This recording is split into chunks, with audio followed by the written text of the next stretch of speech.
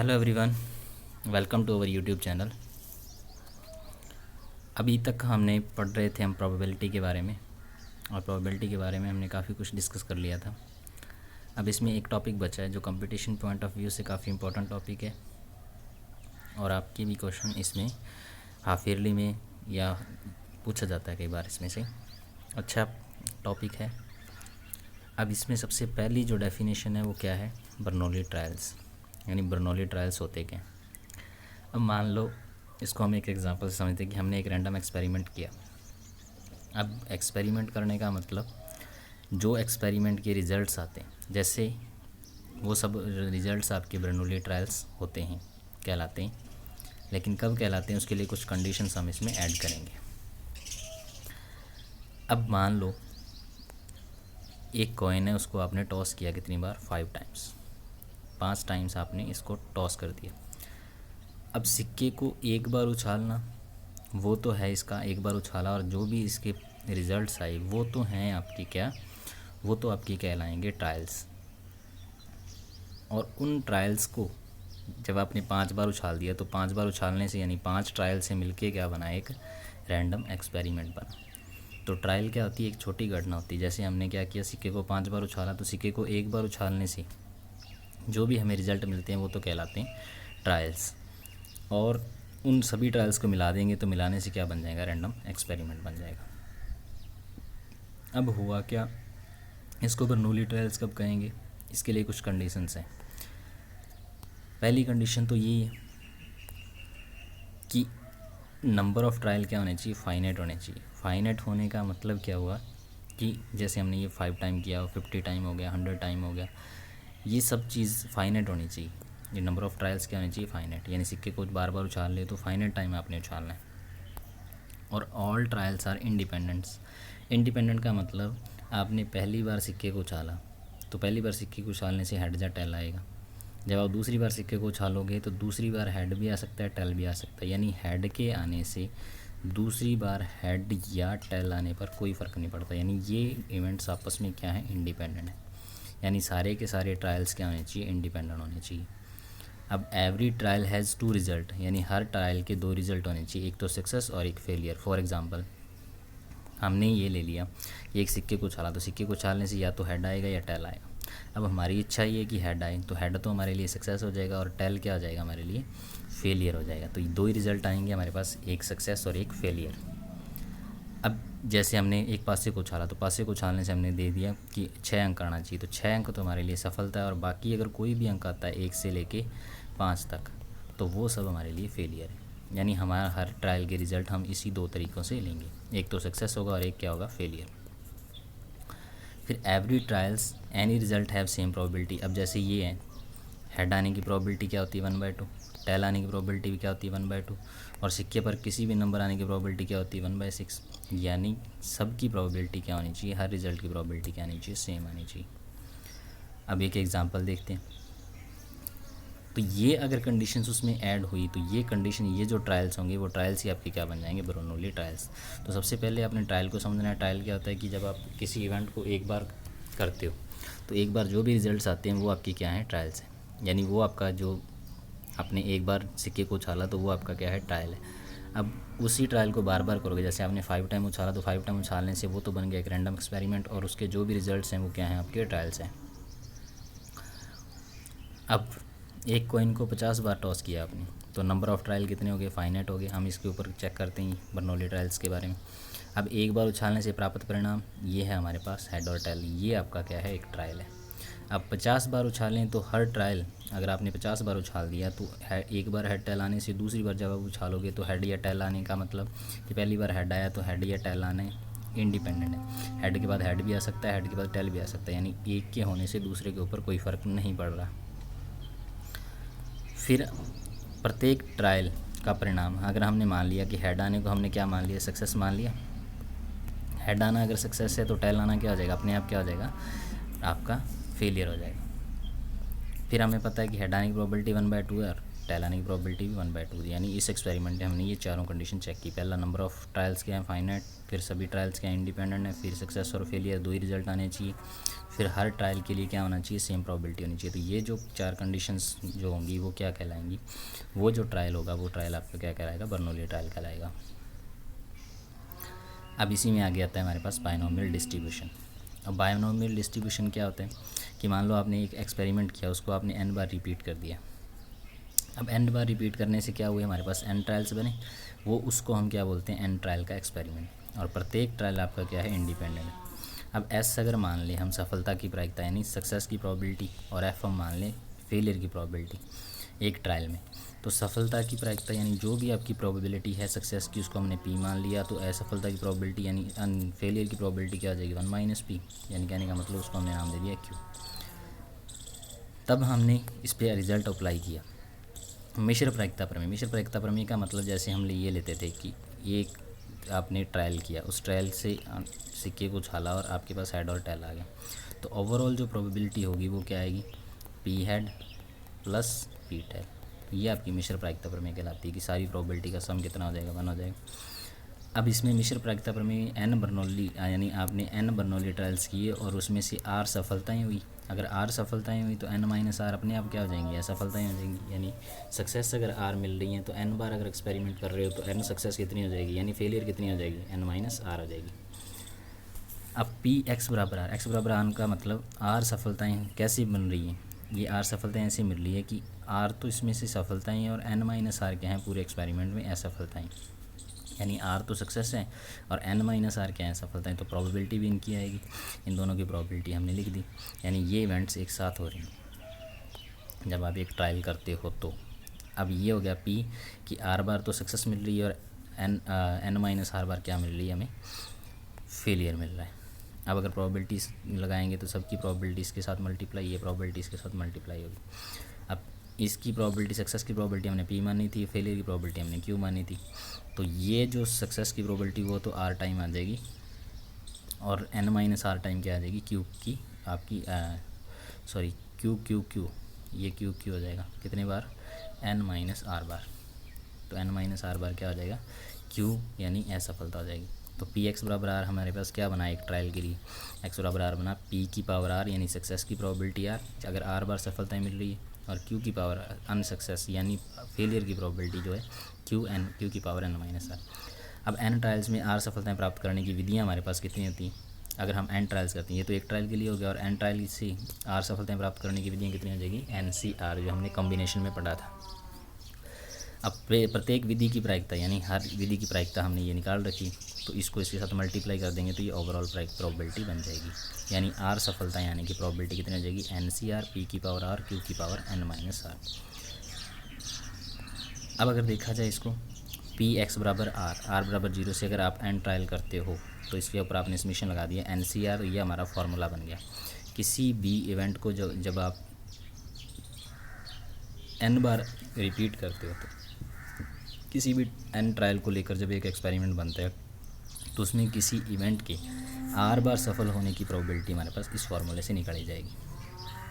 अगर हम इसमें सारी वैल्यूज़ पुट करेंगे तो ये बनेगा NCR 0 से लेके आपने n तक वैल्यू पुट कर दी। अगर 0 से लेके n तक वैल्यू पुट कर दी तो ये एक तरह का क्या बनेगा, बाइनोमियल थ्योरम से q प्लस p की पावर n का एक्सपेंशन ही बनेगा, और q प्लस p का मतलब सक्सेस की प्रोबेबिलिटी प्लस फेलियर की प्रोबेबिलिटी कितनी होती है, 1 होती है, तो ये बन गया 1 की पावर n यानी 1, यानी सारी प्रोबेबिलिटीज़ का सम कितना रहेगा, 1 रहेगा। अब हम बनाते हैं बाइनोमियल डिस्ट्रीब्यूशन। जैसे हमने डिस्ट्रीब्यूशन पहले पढ़ा था प्रोबेबिलिटी डिस्ट्रीब्यूशन, उसमें हम क्या करते थे कि पॉसिबिलिटीज़ पहले हम लिखते हैं, पॉसिबिलिटीज़ कितनी बार आपने रिपीट किया, 0 1 2 3, आपने मान लो n बार एक्सपेरिमेंट किया, उसमें सफलता कितनी बार आई, हो सकता है एक भी सफलता ना मिले, हो सकता है एक सफलता मिले, हो सकता है 2 सफलताएं, हो सकता है 8 सफलताएं, हो सकता है n की n सफलताएं मिल जाएँ, उनके कॉरस्पॉन्डिंग हम प्रोबेबिलिटी लिखते हैं, तो वो ही आपका क्या बन जाता था, प्रोबेबिलिटी डिस्ट्रीब्यूशन। अब इसको हम बाइनोमियल तरीके से लिख रहे हैं तो ये हमारा क्या बनेगा, बाइनोमियल डिस्ट्रीब्यूशन। प्रोबेबिलिटी लिखेंगे जब x बराबर r की वैल्यू 0 है तब ये फार्मूला बन जाएगा, r की वैल्यू 1 है तो ये हमने फार्मूले में वैल्यू रखनी है, ये वाले फार्मूला जो हमने निकाला है उसमें हम वैल्यू रख देंगे, r बराबर 0 रखेंगे, r बराबर 1 रखेंगे, r बराबर 2 रखेंगे और r बराबर n तक रखते जाएंगे। तो ये हमारी प्रोबेबिलिटी डिस्ट्रीब्यूशन बन गई। इसी को हम क्या कहते हैं, प्रोबेबिलिटी डिस्ट्रीब्यूशन कहते हैं। अब ये सारी टर्म्स q प्लस पी की पावर n के द्विपद प्रसार यानी बाइनोमियल एक्सपेंशन की टर्म्स हैं। अब इसमें n तथा p क्या हैं, पैरामीटर्स हैं। पैरामीटर का मतलब ये वेरी करेंगे, n अलग अलग हो सकता है और उनकी प्रोबेबिलिटी अलग अलग हो सकती है, लेकिन q है वो आपका वेरी नहीं करेगा, क्योंकि q तो डिपेंड करता है किसके ऊपर, p। अगर p बदलेगा तो ही q बदलेगा। तो इसमें दो ही पैरामीटर हैं, n और p, ठीक है। क्योंकि अगर n और p का अगर अपने को वैल्यू पता हो तो हम क्या कर सकते हैं, प्रोबेबिलिटी डिस्ट्रीब्यूशन निकाल सकते हैं। अब n बर्नौली ट्रायल्स, प्रत्येक ट्रायल में सफलता की प्रायिकता p को द्विपद बंटन का मतलब बाइनोमियल डिस्ट्रीब्यूशन से हम ऐसे लिखते हैं, बीटा NP और बराबर में वो हमारा फॉर्मूला NCR वाला। अब इसके ऊपर एक एग्जांपल करते हैं। पास से है, उसका एक जोड़ा है, उसको 7 बार थ्रो किया गया। अब इसको अप्लाई करना कहाँ पे है, मान लो हमारे पास जैसे 3, हमने एक सिक्के को एक बार उछाला। एक बार उछालने का मतलब क्या है, या तो हेड आएगा या फिर टेल आएगा। उसी सिक्कों का आपने 2 बार उछाल दिया तो हमारे पास 4 बन गए। उसके 4 हमारे पास क्या बन जाएंगे, रिजल्ट्स बन जाएंगे, हेड टेल, टेल हेड या टेल टेल। इसी तरह से 3 बार उछाला तो हमारे पास 8 बन जाएंगे, और अगर 4 बार उछालते हो तो क्या बनेंगे, 16। यानी ये 2 की पावर n फार्मूला से हम इसके एलिमेंट्स निकालते हैं कि कितने एलिमेंट्स आएंगे। अब अगर 7 बार फेंक रहे हो आप, तो 7 बार फेंकने का मतलब 2 की पावर 7, 2 की पावर 7 का मतलब बहुत बड़ा। इतना बड़ा सैम्पल स्पेस बनाना हमारे लिए कठिन हो जाता है, तो वहाँ हम इस फार्मूले का यूज़ कर लेते हैं। अब इसमें दे दिया इसने कि पासे का एक जोड़ा है, उसको आपने 7 बार क्या किया, थ्रो किया। अब एक बार थ्रो करते हैं तो हमारे पास क्या आते हैं, 6 रिज़ल्ट आते हैं, वो तो हमें पता है। लेकिन 7 बार फेंकेंगे तो बहुत ज़्यादा, 6 की पावर 7, बहुत ज़्यादा रिज़ल्ट बड़े आएंगे जो हम नहीं निकाल सकते। अब 5 से पर प्राप्त अंकों का योग 7 होना, इसको हमने सफलता मान ली कि अगर आप 5 से को फेंकते हो, 7 बार थ्रो करते हो तो 500 पर क्या आना चाहिए, प्राप्त अंकों का योग 7 होना चाहिए। उसको हमने सफलता मान लिया। तब हमें प्रोबेबिलिटी निकालनी है किस की, कि हमारे पास कोई भी सफलता ना आए, यानी R की वैल्यू क्या आ जाए, 0। अब पहले तो हम देखते हैं कि अगर 5 से को, सबसे पहले जब भी आप एक्सपेरिमेंट करो तो एक ट्रायल के बारे में आप उसकी प्रोबेबिलिटी निकाल लो। तो 5 से के जोड़े को फेंकते हैं तो हमारे पास, 5 से के जोड़े का मतलब 2 5 से, उनको एक बार में फेंका है तो कितने रिजल्ट बनेंगे हमारे पास, 36। अब उन 36 में से हमने वो निकालने जिनका योग कितना है, 7। तो 7 कैसे आ सकता है, 1 6 6 1 2 5 5 2 3 4 4 3, ये आपके पास आ सकते हैं। अब योग 7 आने को हमने क्या माना है, सफलता, जिसको हमने P मान लिया। अब इसकी प्रोबेबिलिटी निकालनी, तो हमारे पास टोटल एलिमेंट कितने आए इस, जिसमें योग 7 है, 6 एलिमेंट आए, और हमारे सैम्पल स्पेस में कितने एलिमेंट है, 36। तो हमारे पास प्रोबेबिलिटी, सफलता की प्रोबेबिलिटी कितनी आ गई, 6/36 यानी 1/6। तो हमारे पास फेलियर की प्रोबेबिलिटी कितनी आ जाएगी, 1 - 1/6 यानी 5/6 आ जाएगी। अब हमें दे रखा है कि हमने इसी एक्सपेरिमेंट को कितनी बार रिपीट किया, ये तो हमने एक ट्रायल के रिजल्ट निकाले, इसी को हमने 7 बार रिपीट करना है।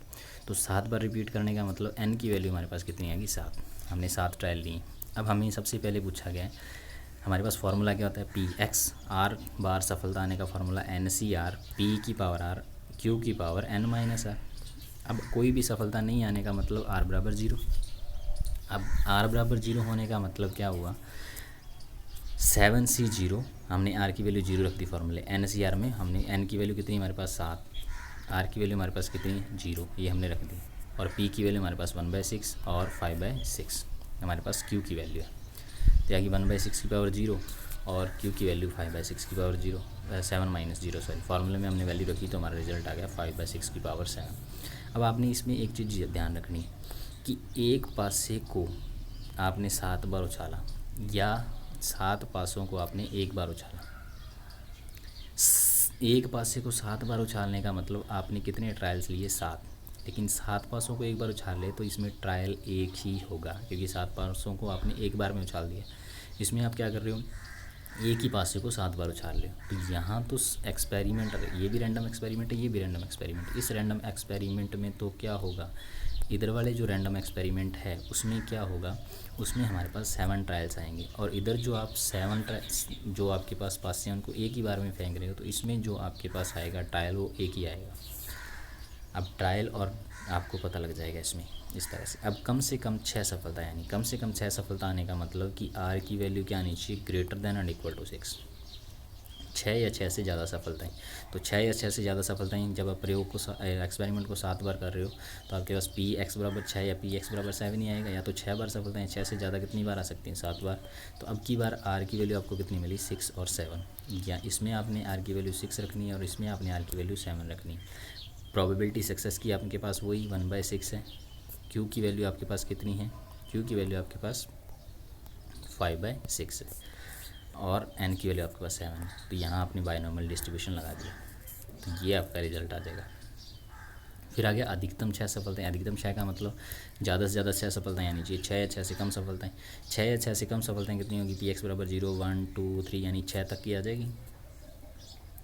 अब 6 के लिए क्या होगा, क्या अब या तो इससे सारी प्रोबेबिलिटीज़ निकालो या फिर एक ही है कि 6 से बड़ी 1 minus P x greater than 6। तो ये आपने रख दिया इसमें value 1 minus P x greater than 6 कब है, जब एक्स बराबर 7 है। 1 माइनस पी एक्स बराबर 7, ये अपने वैल्यू अपने बायनॉमियल डिस्ट्रीब्यूशन वाले फार्मूले में रख दी। तो ये आपका रिजल्ट आ जाएगा। अब इसमें एक और एग्जांपल देखते हैं। एक अनबायस्ड का मतलब जैसा है वैसा ही पड़ा है, उसमें कोई चीज़ नहीं किया। एन अनबायस्ड डाइस, इसको आप तब तक थ्रो करते हो जब तक कि उस पर 6 डिजिट 3 बार प्राप्त नहीं हो जाता। यानी आपने उसको थ्रो करना है। अनबायस्ड डाइस है, डाइस जैसा होता है नॉर्मल वैसा ही है, उसको आपने थ्रो किया। थ्रो करने के बाद हमें क्या करना है कि जब तक 6 डिजिट 3 बार ना आ जाए तब तक हमें एक्सपेरिमेंट रिपीट करना है। अब उसने हमें ये पूछा कि इस बात की क्या प्रोबेबिलिटी है कि पासे पर तीसरा 6 का डिजिट उसे छठी बार उछालने पर प्राप्त होगा। यानी कहने का मतलब क्या है कि जब आप 6 बार उछाल चुके होगे तब आपके पास 3 6 आएंगे।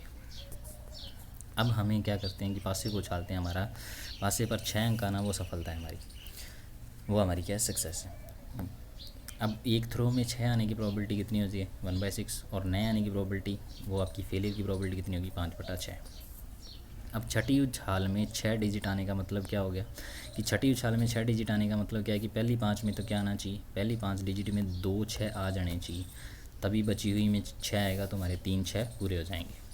तो हमें क्या करना है, पी प्रोबेबिलिटी निकालनी। तो पहले 5 थ्रो में 2 अंक 2 बार क्या आना चाहिए, 6 आना चाहिए, और छठी उछाल में क्या आना चाहिए, 6 अंक आना चाहिए। अब पहली 5 में कितनी सक्सेस मिलनी चाहिए, 2, तो हमने 5 में 2 सक्सेस वाला फार्मूला लगा दिया, और उसके साथ लास्ट जो है वो वहाँ तो 6 आना ही चाहिए, तो उसकी प्रोबेबिलिटी हमारे पास कितनी है, 1/6 है। तो ये हमारे पास फार्मूला लगा दिया। इसमें एन की वैल्यू हमारे पास कितनी है, 5, और आर की वैल्यू कितनी है, 5 में हमें 2 बार 6 आना चाहिए। सक्सेस की प्रोबेबिलिटी कितनी है, 1/6, और फेलियर की प्रोबेबिलिटी 5/6। ये हमने फार्मूला इसमें लगा दिया। अब ये आपने एक्सपेंशन कर दिया इसका बाय, अब ये आपने कॉम्बिनेशन वाला फार्मूला लगा दिया। ये 1/6 की पावर 2, ये 5/6 की पावर 3 और ये 1/6। इसको सॉल्व करेंगे तो ये हमारा रिज़ल्ट मिल जाएगा हमें।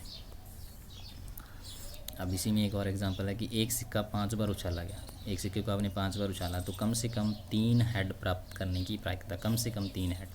एक सिक्के को जब आप सबसे पहले तो एक ट्रायल पे रिजल्ट देखेंगे, तो एक ट्रायल जब आपने किया तो सफलता यानी हेड आने की प्रोबेबिलिटी कितनी है, 1/2, और असफलता क्या, हेड ना आने की प्रोबेबिलिटी भी कितनी है, 1/2 है।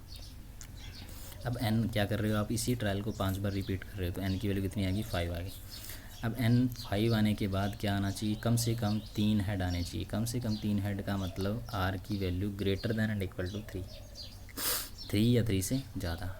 तो 3 4 और 5, तो आर की वैल्यू 3 मिली, और तीनों के लिए हमने कहा या तो 3 बार आएगा, या 4 बार आएगा, या 5 बार आएगा, तो बीच में क्या आ जाएगा, या के कारण प्लस आ जाएगा, और तीनों पे हम बायनॉमियल वाला फार्मूला अप्लाई कर देंगे। इनको सम करेंगे तो हमारा रिजल्ट आ जाएगा। ये सिंपल सी कैलकुलेशन वाला क्वेश्चन था। अब एक और क्वेश्चन है इसी में। एक व्यक्ति के लक्ष्य भेदन की प्रायिकता 1/4 है, यानी उसके लक्ष्य को भेद पाने की प्रोबेबिलिटी यानी सक्सेस की प्रोबेबिलिटी कितनी है, 1/4। तो उसकी अनसक्सेस यानी फेलियर की प्रोबेबिलिटी कितनी आ जाएगी, 1 - 1/4 यानी 3/4। वह कम से कम कितनी बार गोली चलाए कि लक्ष्य को कम से कम एक बार भेदने की प्रायिकता कितनी हो जाए, 2/3 से ज़्यादा हो जाए। उसने n बार क्या की, गोली को चलाया। हमने मान लिया कि वो n बार चलाएगा तो अपने लक्ष्य को भेदने की प्रोबेबिलिटी कितनी आ जाएगी, 2/3 से ज़्यादा आ जाएगी। अब हमारे पास सक्सेस की प्रोबेबिलिटी 1/4 है और फेलियर की प्रोबेबिलिटी कितनी है, 3/4। अब पी एक्स बराबर आर, यानी आर सफलता यानी कि प्रोबेबिलिटी हमारे पास क्या होती है, हमारे पास फॉर्मूला है NCR, पी की पावर आर, क्यू की पावर n-r। अब आर कम से कम एक बार लक्ष्य को भेदना, उसने कम से कम एक बार भेदने का मतलब पी एक्स या तो वो एक बार भेदे या एक से ज़्यादा बार वो लक्ष्य को भेद सके। तो x greater than and equal to 1, इसकी प्रॉबिलिटी क्या होनी चाहिए, 2/3 से ज़्यादा होनी चाहिए। तो हमने ये लगा दिया क्योंकि उसने ये बोला था कि कम से कम लक्ष्य को एक बार भेदने की प्रॉबिलिटी 2/3 से ज़्यादा हो। हमने ये फार्मूला लगा दिया। अब x greater than equal to 1 का मतलब या तो वो कम से कम एक बार लक्ष्य को भेद दे, या फिर किसी भी बार उसका निशाना है वो लक्ष्य पे ना लगे। तो ये प्रोबेबिलिटी कितनी हो जाएगी, इन दोनों का सम 1 होगा तो 1, इसकी जगह हमने ये रख दिया 1 - p, एक भी बार लक्ष्य को आपने नहीं भेदा। इसकी प्रोबेबिलिटी कितनी रहनी चाहिए, ग्रेटर देन 2/3। अब ग्रेटर देन 2/3 का मतलब 1 - p x बराबर 0 ग्रेटर देन क्या होना चाहिए, 2/3। अब हमने यहाँ फार्मूला लगा दिया। यहाँ n की वैल्यू हमें गिवन नहीं है, n की वैल्यू हमें फाइंड करनी है। x बराबर 0 यानी r की वैल्यू कितनी आएगी, 0, वो हमने यहाँ लगा दिया। सक्सेस की प्रोबेबिलिटी हमें पता है, फेलियर की प्रोबेबिलिटी हमें पता है। ये ग्रेटर देन क्या रहनी चाहिए, 2/3। ये हो गया 1 - 3/4 की पावर n ग्रेटर देन 2/3। यहाँ हमने रख दी वैल्यू सारी।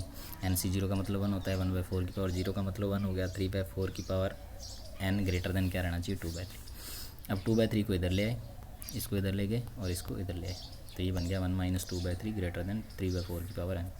यानी बना क्या, 3/4 की पावर n, 3 1/3 लेस देन आ गया 1/3। अब हम n की वैल्यू रख के देखते हैं। जब हम n बराबर 1 रखेंगे तो इधर तो बनेगा हमारा 3/4 और इधर हमारे पास 1/3। 3/4 का मतलब होता है 0.75 और 1/3 का मतलब 0.33। इसका मतलब ये सेटिस्फाई नहीं हो रहा, तो n बराबर 1 तो आपका सही नहीं है। फिर आपने n बराबर 2 रखा, 2 रखने से भी क्या हो जाएगा, ये चीज़ सेटिस्फाई नहीं होगी।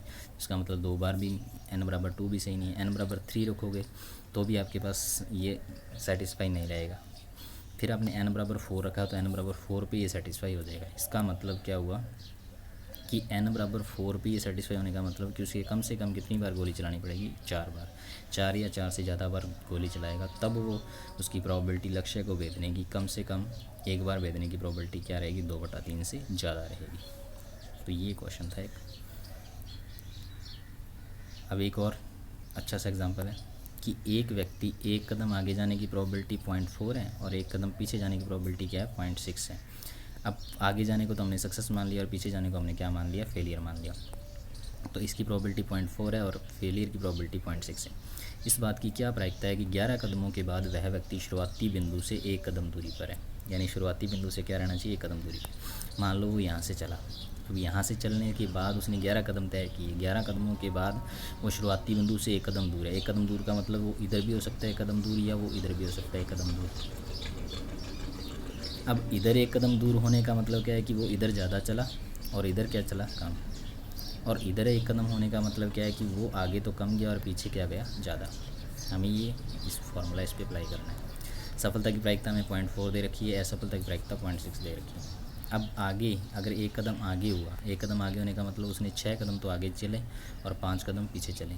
और अगर वो पीछे हुआ यानी या तो ये घटना हो सकती है या दूसरी घटना क्या हो सकती है कि वो 5 कदम आगे गया और 6 कदम क्या गया पीछे, तब वो अपने शुरुआती बिंदु से क्या रहेगा, एक कदम दूर रहेगा। अब दो घटनाएं हुई यानी आर की वैल्यू एक बार तो 6 और एक बार क्या है 5 है। तो हमने पी x बराबर 5 और x बराबर 6 पे आपने वैल्यू निकाल दी। तो ये हमने फार्मूला इस पर अप्लाई करना है। तो x बराबर एक बार तो 5 रखना है और एक बार आपने क्या रखना है, 6 रखना है। x बराबर 5 इस फार्मूले में लगा दिए। n की वैल्यू हमारे पास कितनी है, 11 से 5.4 की पावर 5.6 की पावर 11 माइनस 5। फिर 11 से जब r की वैल्यू 6 है तो हमने रख दिया 11 C 6.4 की पावर 6 और 0.6 की पावर 5। ये सारी वैल्यूज आपने रख दी। अब इसको सॉल्व कर लेंगे। सॉल्व करने के बाद हमारा ये रिज़ल्ट आ जाएगा। अब एक और रिज़ल्ट हमारे पास है 16.5 का दूसरा क्वेश्चन, जो आपकी इस बार की हाफ ईयरली एग्ज़ाम हुआ था क्लास 12th का, उसमें ये क्वेश्चन आया था कि एक बैग है, उसमें 5 वाइट बॉल, 7 रेड बॉल और 8 क्या है, ब्लैक बॉल है। 4 बॉल एक एक करके प्रतिस्थापन सहित यानी जो बॉल निकाली उसको वापस रख दिया, निकाली गई। तो इस बात की क्या प्रायिकता है कि सभी गेंदें सफ़ेद हो, केवल 3 गेंदें सफ़ेद हो, कोई भी गेंद सफ़ेद नहीं हो, कम से कम 3 गेंदें सफ़ेद हो। यानी सफ़ेद आना, गेंद का सफ़ेद आना हमारे पास क्या है, गेंद का सफ़ेद आना हमारे पास प्रोबेबिलिटी है किसकी, सक्सेस की। अब इसकी प्रोबेबिलिटी निकालते हैं कि एक ट्रायल किया आपने, एक ट्रायल का मतलब इसमें से कोई भी एक गेंद निकाली, तो इसमें वाइट होने की प्रोबेबिलिटी कितनी है, वाइट बॉल्स तो कितनी है 5 और टोटल कितनी है 20 है। तो हमारे पास कितनी आएगी 5/20। 5/20 का मतलब 1/4। ये हमारी सक्सेस की प्रोबेबिलिटी आएगी। तो फेलियर की प्रोबेबिलिटी हमारे पास क्या रहेगी, 1 - 1/4 यानी 3/4। अब सभी गेंदें सफ़ेद होने का मतलब हम कितनी गेंदें निकाल रहे हैं, 4। 4 निकाल लें तो n की वैल्यू कितनी आ गई 4। अब सभी गेंदें सफ़ेद होने का मतलब r की वैल्यू भी कितनी है 4। तो हम अपने फार्मूले में r की वैल्यू 4 रख देंगे। px बराबर 4 रखा तो NCR का मतलब 4C4 1/4 की पावर 4। तो ये रिज़ल्ट कितना बनेगा 1/4 की पावर 4। केवल 3 गेंदें सफ़ेद होने का मतलब r की वैल्यू कितनी हो जाएगी 3, यानी 4C3 1/4 की पावर 3 और 3/4 की पावर 4 - 3। तो ये हमारा रिजल्ट आ जाएगा 3/4 की पावर 3। कोई भी गेंद सफ़ेद नहीं होने का मतलब x बराबर क्या हो जाए 0, यानी r की वैल्यू कितनी हो जाए 0। तो कोई भी गेंद सफ़ेद नहीं होने की हमारे पास आ जाएगी 4C0 1/4 की पावर 0 और 3/4 की पावर 4। तो ये हमारा रिजल्ट आ जाएगा इसका कि कोई भी गेंद सफ़ेद नहीं, कम से कम 3 गेंद सफ़ेद, यानी x greater than and equal to 3, यानी x 3 greater than equal to 3 क्या मतलब हम 4 बार एक्सपेरिमेंट कर रहे हैं तो हमें 3 या 3 से ज़्यादा बार सक्सेस मिलनी चाहिए। तो x बराबर 3 और x बराबर 3 से ज़्यादा कितनी बार मिल सकती है 4 बार। तो ये हमने यहाँ पुट कर दिया। NCR P की पावर R और Q की पावर 1 - n - R, ये हमने रिज़ल्ट इसमें पुट कर दिए। तो ये हमारा ओवरऑल रिज़ल्ट बनेगा। तो ये आपकी बाइनोमियल डिस्ट्रीब्यूशन है। इसमें एक क्वेश्चन बचा वो आप करोगे, कम से कम 3 गेंदें कोई भी गेंद पे, ये लगभग सारे हो गए क्वेश्चन 2, 3 और 4, चारों पार्ट हो गए इसके। तो ये आपकी प्रोबेबिलिटी अभी तक पूरी कंप्लीट है। ये पूरी प्रोबेबिलिटी आपकी कंप्लीट है जो हमने अभी तक पढ़ ली। सारी प्रोबेबिलिटी जो क्लास 12th की है, लास्ट टॉपिक था ये प्रोबेबिलिटी वाला, हमारा टॉपिक कंप्लीट हो गया। आप इसको अच्छे से करिए, कोई भी डाउट हो तो आप मुझसे पूछ सकते हो। Thank you.